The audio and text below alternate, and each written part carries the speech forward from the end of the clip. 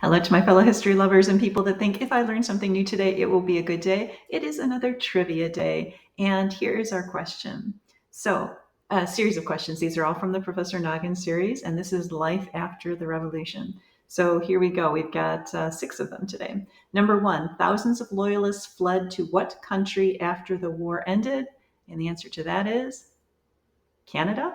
And I've mentioned before that when I started the Kep Westguard series, I needed a villain who would want to change the outcome of the American Revolution. And I thought, well, what would his motivation be? And then I realized there was a lot of lawsuits after the American Revolution for people who said that the new American government had come in and confiscated incorrectly or illegally their lands, their businesses, their money. And so my villain was the person that was raised on the family lore of how the US took away all of his family's wealth and status, and then they had to escape up to Canada. And through the years, this bitterness has been building. So that's kind of fits into how I started the whole Kep Westguard series. All right, number 2, true or false? Many German soldiers hired to fight for the British remained in America to start new lives after the war. And the answer to that is true. And with a name like Schnabel, I gotta like Germans. But that was interesting because here they would be free to create an entire new life. And for many of them, they were astounded at the natural wealth that was here, meaning all of the forests, the ability to hunt, etc. It was an incredibly rich place to start a life. So many of them stayed here. Number 3, what are the first 7 words of the Constitution? And that would be we, the people of the United States. So those are the easy ones. And now we will go to the difficult ones. And this one I actually had to look up, and I'll explain why in a minute. But it was what did the Federalists support? And the answer to that, like I would have said, strong federal government, but the answer here was ratification of the Constitution. And that made me think, well, then what did the Anti Federalists support? Because I was in a very simplified way thinking Federalists, strong federal government, Anti Federalists, worrying about states' rights. And I'm right in the sense.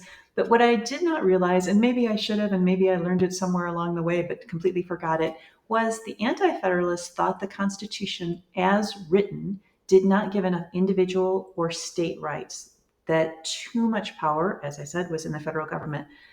But they actually feared it could become quite tyrannical. So what I didn't realize is the compromise between the Federalists and Anti-Federalists was the Bill of Rights.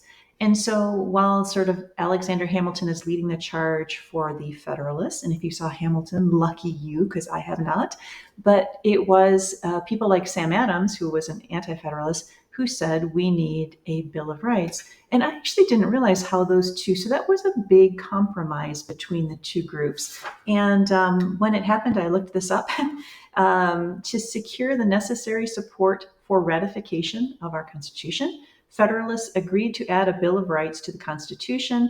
This was crucial in convincing key states like Massachusetts, Virginia, and New York to approve the document. As a result, the Bill of Rights, which consists of the first 10 amendments, was adopted in 1791. So it's kind of like, I think we should be grateful that there were two parties arguing. And I'll just say as a side note, so my dad is very strong in his political views. I won't say which party, but even he said he actually kind of likes when the Congress and the president is not the same party, because he feels like regardless of which party is in which situation, that a lot of times you get the best outcome when there's a compromise. Now, sometimes you just get to a stalemate, nothing gets done. But I thought, well, that's an example where two very clashing viewpoints ended up with arguably the best result, which is both a strong federal and strong individual rights. Okay, that was kind of long, sorry. Next difficult question. What state was the first to ratify the Constitution? And that was, I didn't actually know this, Delaware, something I probably should look up. I don't know the story behind that. And then lastly, here we go. What city hosted the Constitutional Convention 4 years after the war ended? And that is the city I get to go visit very soon, which I am so excited to see all the history there, which is Philadelphia. So I would like to sign off for today to remind you that Kep Westguard, Second Battle of Saratoga is coming out September 19th. And I feel like I keep saying that, kind of like when you go to the post office and they're like anything liquid, fragile, hazardous, and something else over and over again. But I wish you a good day, and I'll see you tomorrow. And I hope you did well, whatever that means, whether you learned something or you did well and already knew the answers.